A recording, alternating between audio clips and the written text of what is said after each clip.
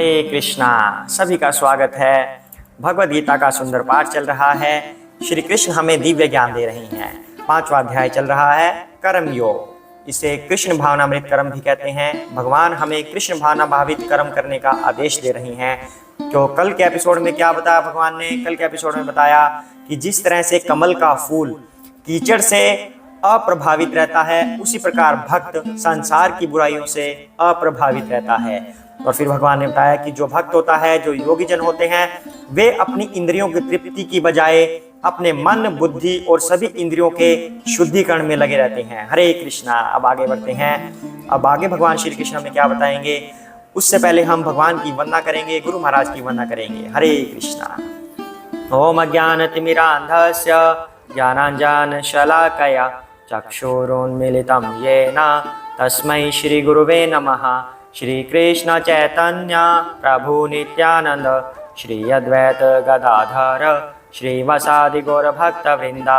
हरे कृष्णा कृष्णा कृष्णा हरे हरे, हरे राम राम राम हरे हरे। हरे कृष्णा।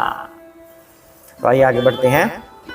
योक्ता करम फलम त्यक्त्वा शांतिमाप्नोति नैष्ठिकीम् अयुक्तः कामकारेण फले सक्तः निबध्यते। हरे कृष्णा।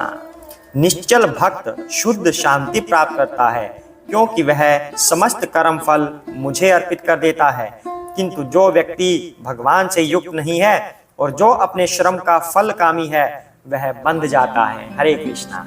तो भगवान यहाँ पर दोबारा से वही बात बता रहे हैं कि हमें निष्काम कर्म करना चाहिए, हमें कर्म बंधनों में नहीं फंसना।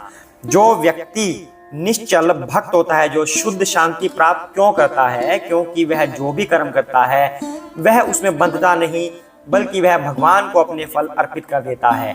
वह सकाम कर्म नहीं करता, वह निष्काम कर्म करता है। अब यहाँ पर सोचने की बात है कि जब हम कोई कर्म करते हैं, हम इस भाव से करें कि मुझे तो सिर्फ भगवान की प्रसन्नता के लिए कार्य करना है, भगवान की सेवा के लिए ये कार्य करना है, कृष्ण की सेवा के लिए करना है, उन्हीं की इंद्रियों को मुझे तुष्ट करना है, अपनी इंद्रियों को मुझे तुष्ट नहीं करना। बल्कि मैं तो आत्मा हूँ, मेरा तो कुछ है ही नहीं, मैं तो उन्हीं सच्चिदानंदमय श्री कृष्ण का एक अंश हूँ, उन्हीं की सेवा में मुझे लगना है।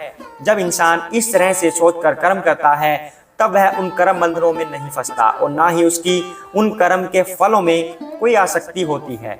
जब हमें किसी चीज की इच्छा ही नहीं होगी, तब वह परम शांति का अनुभव करता है। आप भी सोच के देखिए, अगर आपका कुछ प्राप्त करने का लक्ष्य ना हो, भौतिक रूप से कुछ नहीं प्राप्त करना, मान लो कि मुझे इतना धन इकट्ठा करना है, मुझे ये बंगला बनाना है, मुझे ये चाहिए था, जब इस तरह का हम लक्ष्य सेट नहीं करते, जब हमें ये हो जाएगा कि जो हमारे पास है वह काफ़ी है, भगवान जो देते हैं अपनी मर्जी से देंगे और जो मेरे लिए आवश्यक है वो अपने आप ही दे देंगे, हम पूर्ण रूप से आत्मसंतुष्ट होकर बैठ जाते हैं और भगवान की सेवा में लगे रहते हैं। और जो भी कर्म करते हैं अपने जीवन निर्वाह के लिए, वह भी इस तरह से करते हैं कि इससे भी भगवान की सेवा ही होगी, मैं अपनी सेवा इससे नहीं करूँगा। तो जब इंसान का ऐसा व्यक्तित्व हो जाता है, तब वह अपने अंदर दिव्य शांति का अनुभव करने लगता है। ऐसा ही भगवान यहाँ पर बता रहे हैं। तो जो व्यक्ति भगवान से युक्त नहीं है और अपने श्रम का फल कामी है, जो चाहता है कि मैं जो कर्म करूं मुझे उसका फल मिले, मैं किसी और को क्यों दूं, मैं भगवान को क्यों दूं, इसका फल मैं लूंगा, जितनी मैंने मेहनत की है उसका जो धन होगा उससे मैं अपना उपभोग करूंगा, मैं किसी और को नहीं दूंगा, मैं भगवान को नहीं दूंगा। जब इस तरह से सोचता है तब वह कर्म बंधन में फंस जाता है, क्योंकि जो उसने कर्म किया उससे जो उसको धन लक्ष्मी हुई उसका वह गलत प्रयोग भी कर सकता है। जब गलत प्रयोग करेगा तो वह पाप पुण्य के चक्कर में फिर से फंस जाएगा। इसलिए हमें अपने हर कर्म को भगवान को समर्पित कर देना चाहिए कि मैं जो कर्म करूंगा भगवान की सेवा के लिए करूंगा, तब उससे कभी भी गलत कर्म होंगे ही नहीं और वह कर्म बंधनों में फंसेगा नहीं। इस तरह से भगवान कह रहे हैं कि शुद्ध शांति अगर प्राप्त करनी है तो अपने सभी कर्म फलों को भगवान को समर्पित कर दो। हरे कृष्णा। आगे बढ़ते हैं। सर्वकर्माणि मनसा संन्यसास्ते सुखम वशी न द्वारे पूरे देहि न एव कुर्वन्न कारयन्। हरे कृष्णा। जब देहधारी जीव आत्मा अपनी प्रकृति को वश में कर लेता है और मन से समस्त कर्मों का परित्याग कर देता है, तब वह 9 द्वारों वाले नगर में अर्थात भौतिक शरीर में बिना कुछ किए कराए सुखपूर्वक रहता है। हरे कृष्णा। भगवान अब यहाँ पर कह रहे हैं कि जब देहधारी आत्मा अपनी प्रकृति को वश में कर लेता है और अपने मन से कर्मों का परित्याग कर देता है, तो क्या मतलब बना? अपनी प्रकृति को वश में करने का मतलब कि हम अपनी इंद्रियों को, अपने स्वभाव को हम वश में कर रहे हैं और मन से सभी कर्मों का परित्याग कर रहे हैं।